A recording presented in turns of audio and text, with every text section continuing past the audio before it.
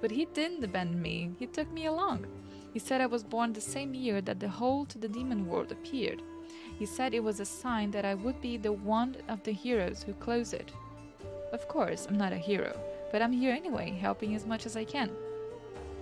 Where did you get the scarves? It happened by accident. My dad and I came sailing down a river to join the crusade. Dad said that all the good people were going to the World Womb to heal it. He said that crusaders were the best people in the world, and together we were going to win. When we arrived at the river city, the crusaders did everything mixed up.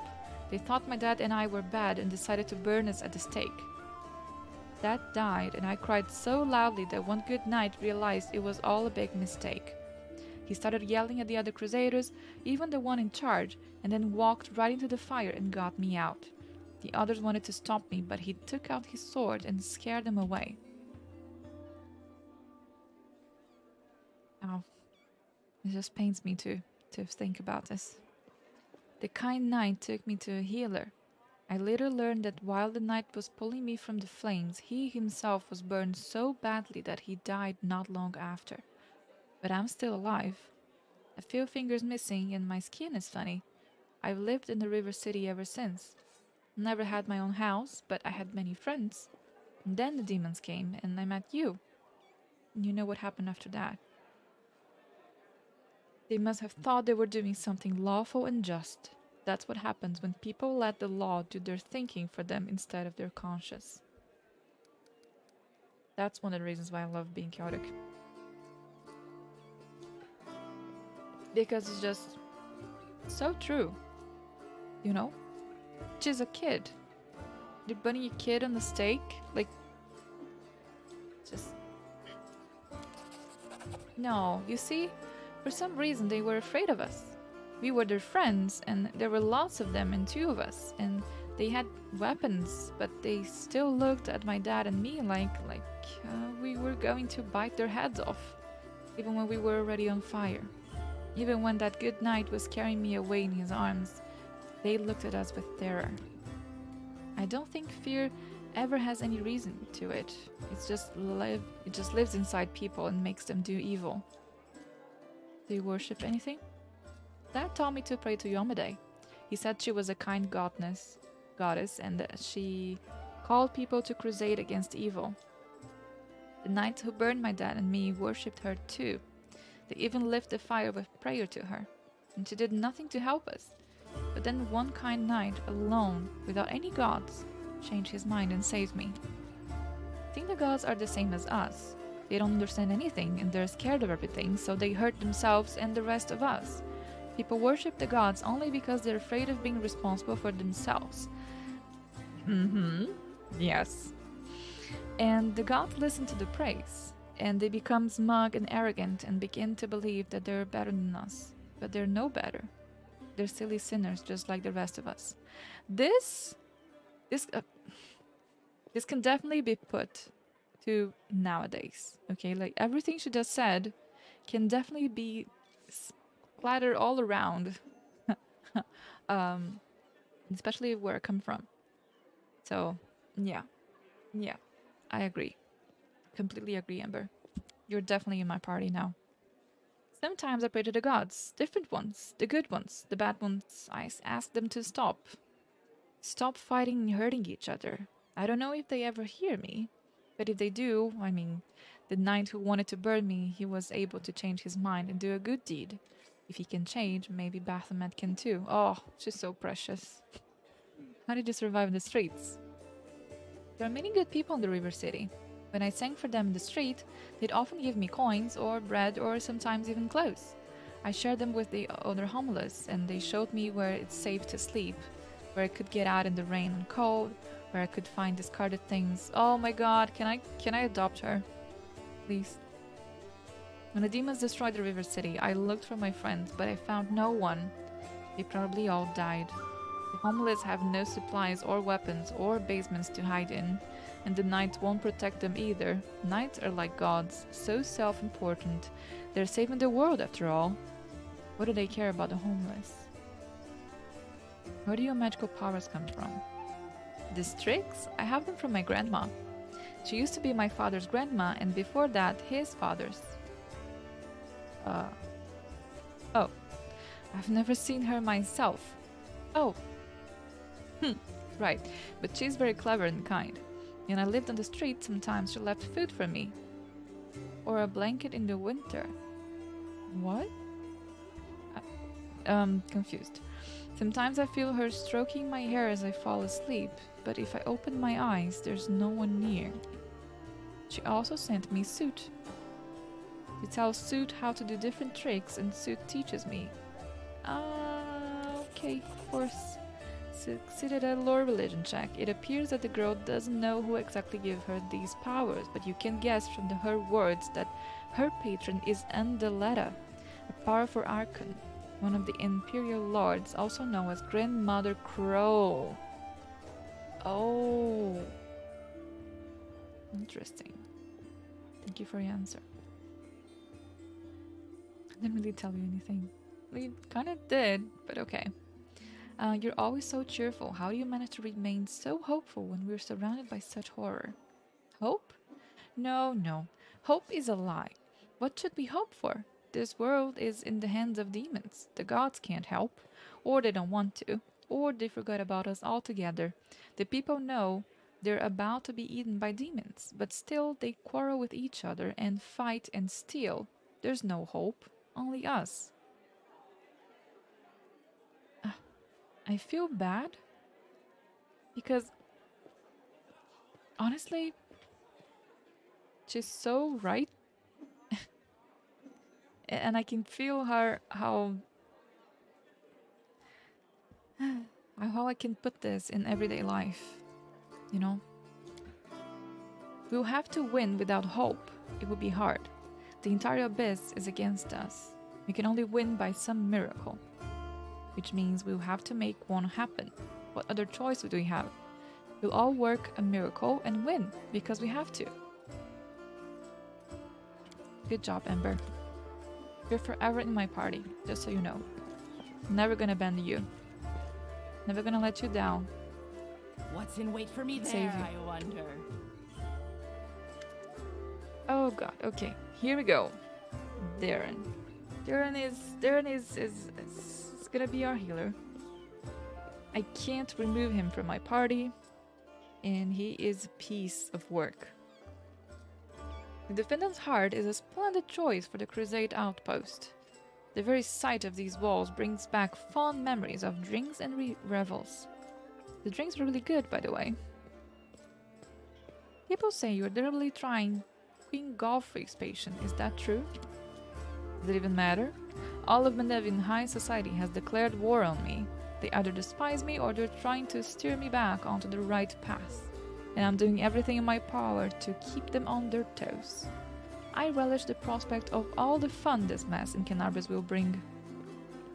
I shall either commission a song about the great Canabris fiasco from a certain talented bard, or confuse the jewelers with a rather tall order, a batch of silver dragon toys with detachable heads.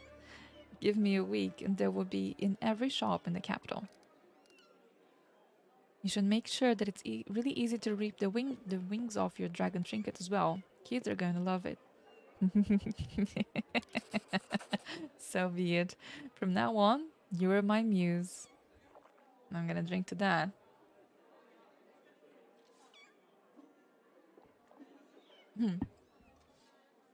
May I ask you a few personal questions?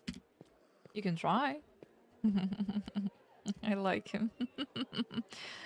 I've heard stories about the tragedy that befell your family. I hope you don't feel obliged to offer me your insincere condolences on this unfortunate occasion. My whole family, my entire noble line, they all died. And demons are to blame. It's not like I actually loved any of my relatives except for my mother, but what's gone, it's gone. The family crypts are full of corpses, all covered in dust and the shadows of the past. What do you cherish most in life? There are far too many things that I cherish to fit them onto a single conversation. Believe it or not, but I might be one of the most life-loving people you've ever known. I rarely meet anyone who embraces the joys of living as enthusiastically as myself. There are many exciting and beautiful things in the world. It should be illegal to waste your time on anything you do not enjoy. I agree. And I'm not afraid to repeat that to anyone's face, should be Discari in his demonic herd, or Yomede, the Lightbringer herself. So what do you hate the most? It's so funny that I've been asking all these complex questions to everyone else, and I'm like, hi Darren, what do you like? What do you hate? What do you cherish? Who's your family? It's like, okay, what do you hate the most? The feeling of helplessness, the lack of control over my own life, and onion rings, of course. I'd murder the person who came up with those abominations. What? What? How dare you? How dare you? Your character thinks they seem unapproachable. Maybe. Well, he has shown already that he is slimy. Like, he doesn't say anything non-sarcastically. So he doesn't really answer anything up front. It means that he's gonna be vulnerable about it because, of course, that's not his own character. So yes, you are correct. That's the reason why the most basic questions can say much more than if you were going, say something specifically. But yeah, but it's just, he's not the only one that's hiding things, everyone else is.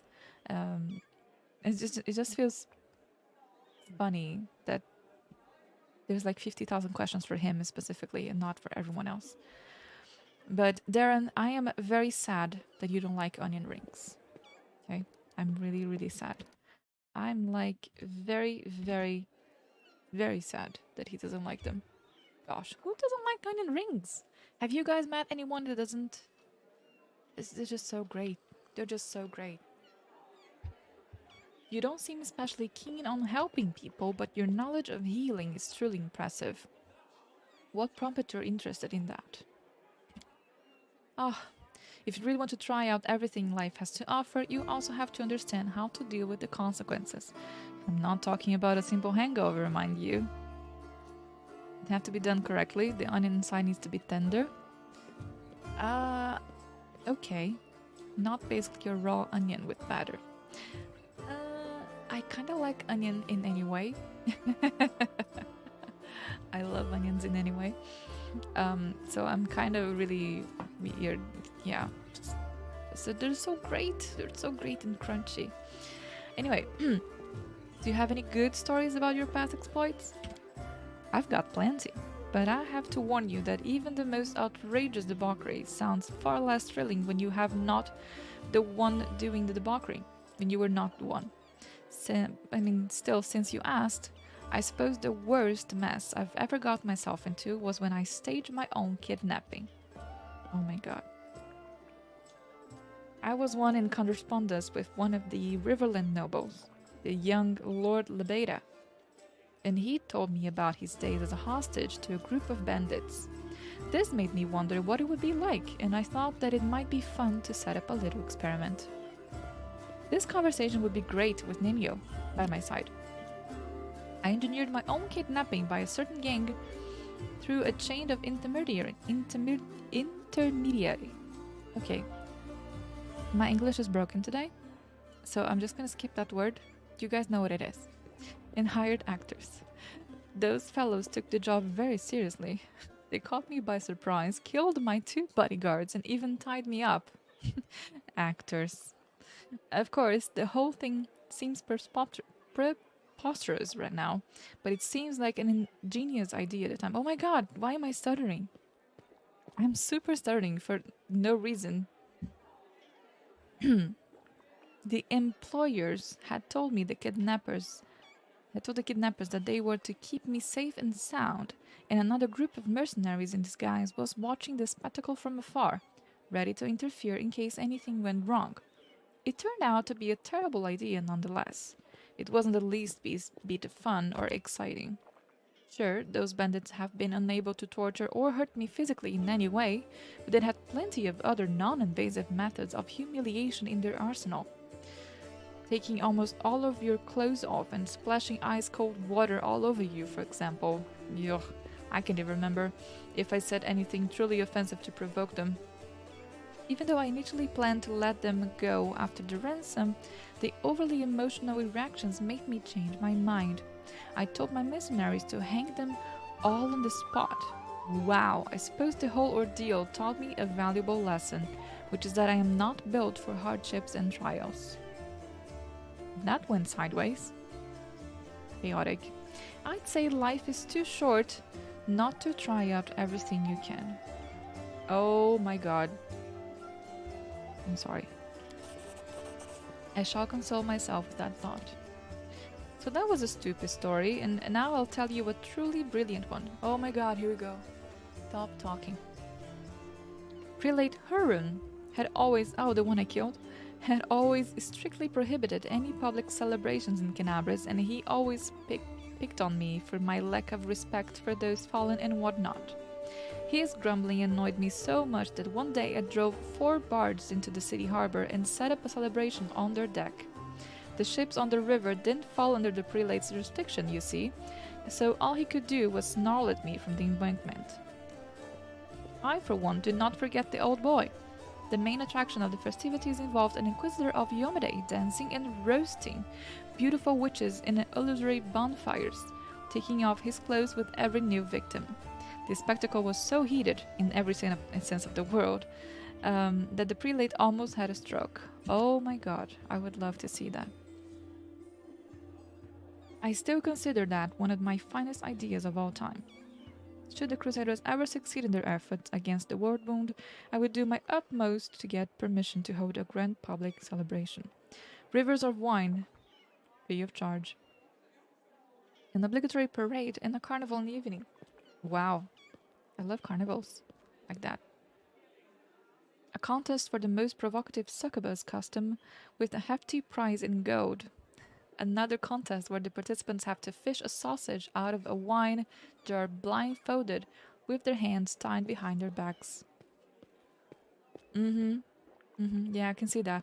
The wine will symbolize the blood of all the dead heroes of the war, and the sausage, well, they'll find a heroic meaning for that as well. Over the years, the commemoration of the greatest victory of light over darkness will turn into an ordinary holiday, a fine excuse to get sloshed and rot like animals in the streets. Did you enjoy being mean to everyone? Yes. And here I thought you were hurling insults at people purely by accidents. I liked your way with words. What did you expect me to say if I wanted to make a good impression? Something along the lines of, I'm not mean, I'm just being honest with myself and everyone else. That's what people use as an excuse when they want to keep up their saccharine facade while still saying whatever nasty little thoughts spring to mind. That's not what I do. I have no hidden agenda. I'm just as much an insufferable prick as I seem to be. Some people are simply begging for a good dose of mockery, so who am I to deny them? I don't give a damn if anyone holds a grudge against me, which is why I don't even try to avoid it. I hope this conversation was at least the slightest bit amusing. I'd like to talk about life in Mendev and the Crusade. Ask, I'm all ears. What's your opinion on Mendev today in general? It doesn't exist. It is a frontier country that has attracted every utopian adventurer and fanatic from all over the world for more than a century. It is a place where the strangers outnumber the locals, especially in the cemeteries. The population of Mendev, for most part, consists of humans and other races not exactly known for their longevity, so the current generation of Mendevians were born in the shadow of the Worldwound and raised by the Crusades. I might be the last person to complain about the decline of traditions and lack of character in our country, but I also happen to come from one of Mendev's most ancient lineages. Its history is bred deep in my bones. My tutors told me the stories about my heritage. The galleries, libraries, and even the interiors of the manors I grew up in were filled with the brim with memories of events long past. There are many heroes of old Mendev among my glorious ancestors, or all, at the very least, patrons and contemporaries of such heroes. Does anyone actually remember them now? I don't think so. These days Mendev has its own heroes in shining armor and with holy fire in their eyes. I myself remember how several streets that once celebrated my ancestors were renamed in honor of some crusaders who had died in a heroic fashion. None of the citizens remember the old crossing festival that was eventually replaced by Armas. whatever this is. These holidays even share the same date. Pretty much the only authentic thing about Mendav now is that it's endless war with the demons, and it's their point in bemoaning the state of affairs. What is gone, but at least we are no longer some tiny god-forsaken northern kingdom. That's something, isn't it? You don't really like Crusaders, do you? Quite the opposite. When I think about how many devoted heroes are willing to protect this world against a demonic threat, I feel so inspired. Inspired to continue indulging my vices while they fight to keep me safe. Imagine being someone like me, someone who has everything they can possibly desire: youth, beauty, wealth, an honest wish to live and enjoy living, but vanishingly few ways to put it all up to any use. The fact that the word fun itself is not yet outlawed in Mendav must be due to some bureaucratic oversight. You can celebrate your victories solemnly. You can wet your whistle after a challenging battle, but what about real fun, joys, pleasures? I can't remember a single evening at court without someone chastening me for my banquets, my lovers and mistresses, my luxuriant clothes, my everything. It would have been a lot easier to tolerate all those hypocrites if they took a break once in a while, not a break. Instead, there are constant fuss about how I wasn't doing anything for the greater good, and how I only brought some shame to my royal cousin, the queen, by the way. Okay, what do you think of your enemies now? Do you mean the demons themselves or the followers? The former deserves to be cleansed with heavenly fire for their unholy origin alone, and the latter for the idiocy. Idiocy? I don't understand why a sane person would submit themselves to the Skari or Kabribi. Alright, Lady Noctula almost seems like a bearable enough mistress, yet there are so many other cultists. Interesting how they're not giving me any information about these people. Like, it should be purple, right? And give like a tooltip. They've tried to recruit me twice already, and I'm not even that old. First, a very pretty tiefling girl tried to seduce me. Then they came with the promises of Lord Baphomet's endless boons. I still wonder what exactly the old hornhead could offer me that I don't already have. You know what I've been thinking? Every shopkeeper knows this trick. An enticing offer along the lines of 1 in every 100 buns from my bakery contains a silver coin. And of course, I hired actress to make a memorable show of finding said coin in her sweet role. And there you have it, hundreds of gullible fools stormed the shop, hoping to win a prize for themselves. I think the infamous Aralu Vorlash was such an actress for the Lords of the Abyss. A petty Sarkorian witch who became the uncrowned queen of the Worldwound, waited upon hand and foot by demon lords. Only instead of visiting a bakery, the gullible fools rushed to join the cultists. We have an army of unbelievably powerful supernatural invaders from another dimension, hell-bent on destruction and domination. And what does these fools do? They serve them willingly as pawns and lackeys, hoping against hope that someday their masters will notice them. You won't believe how delighted I am to be so vain and self-absorbed. These scenes protect me against demonic temptation better than any virtue. What made you join my party after all? You mean instead of carousing far away from Canabras with a small army of mercenaries to protect me? I'll get to that. I hate that he makes sense. I know. He's right. I know. That's what I like about him. What you see is what you get with him. You see, when you appeared at my door out of nowhere, I fell in love with you. I watched with bravery and heroism and started tossing demons around like ragdolls.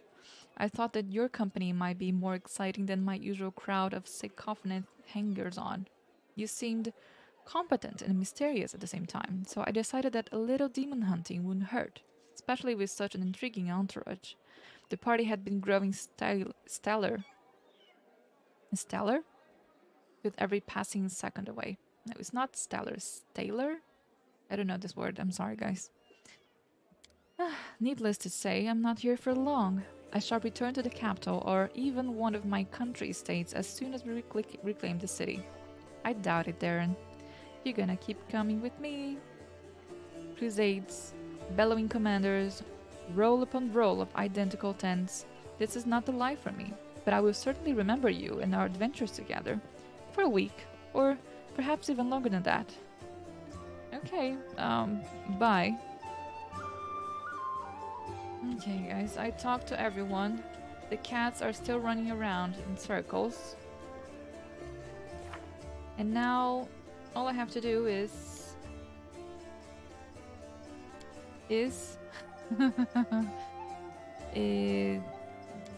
go to the other 2 locations that I have.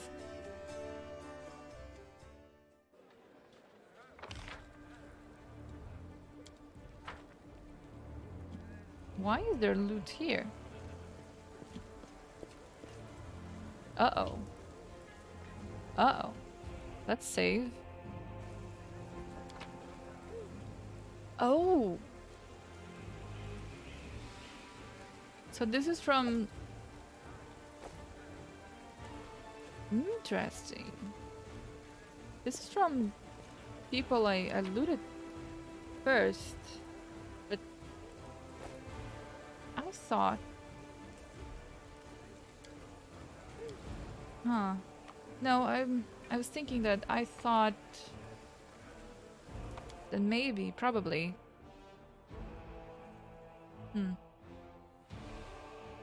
They wouldn't give me anything because it was one of those events, you know? Okay. Let's go. Yes, I will level her. As soon as I can.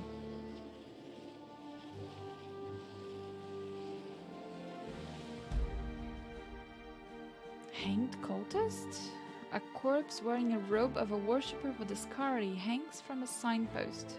It's been here for a while, but the bag on its belt remains undamaged. Nice meteor dust. Really nice.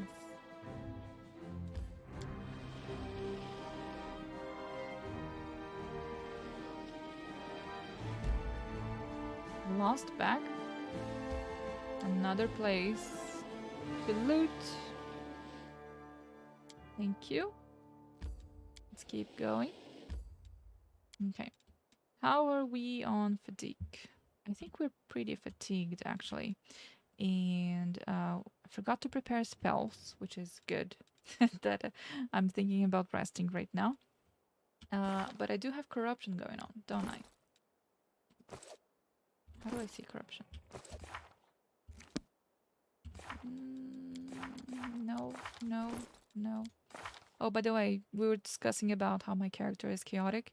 So, do you see that I have some more points towards chaotic evil? Which means I need to do some goods eventually. I need to be, you know, in here. So, I'm always tending to evil, but yeah. Okay, let's level Wendu. As far as I can tell, she's still... Yeah, I think she's still... 1 second. Found her. Oh yeah, this is the level, the last level she's gonna be freebooter. Yeah. So freebooter, spells. Let's see. What don't I have?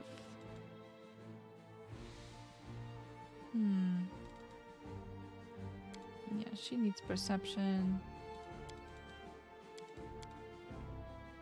Okay.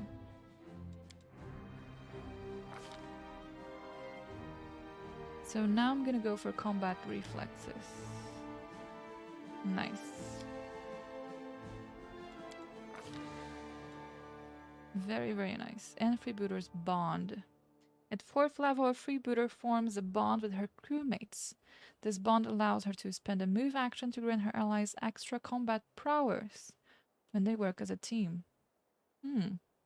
All allies with 30 feet who can see or hear the freebooter gain an additional +2 bonus attacks. Oh, when flanking. Yes! That's so good. That's so great.